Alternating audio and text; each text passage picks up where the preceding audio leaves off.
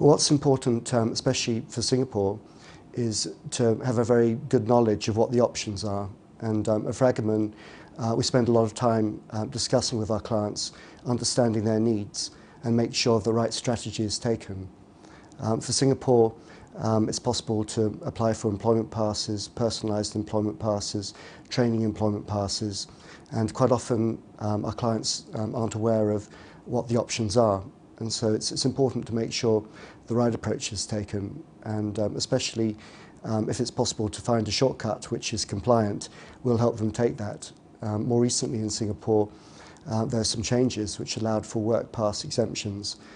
However, the immigration authorities take a very tight policy when allowing it, and so we help our clients with the determination to make sure that the assignees are eligible to go under the exemption, and we then help with the notification.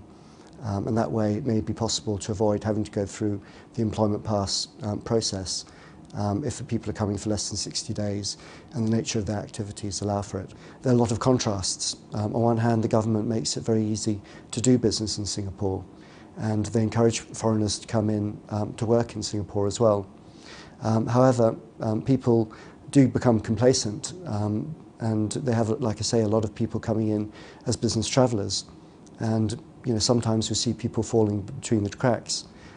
Again, there's another client who had an intern for a period of time, and they intended to get an employment pass for him, but forgot about it. And the person was from Indonesia, and he came back and forth on a visit pass for over a year, and the company then found out that he was working illegally in Singapore. They came to us for help to resolve it, and it can be a very complicated situation, because if they've been paying the person the salary in Singapore, they then have to account to the tax authorities as well as other obligations.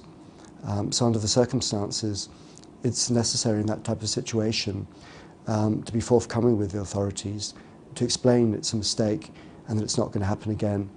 And it also helps a lot to show that they've got a comprehensive program in place and that they take immigration seriously.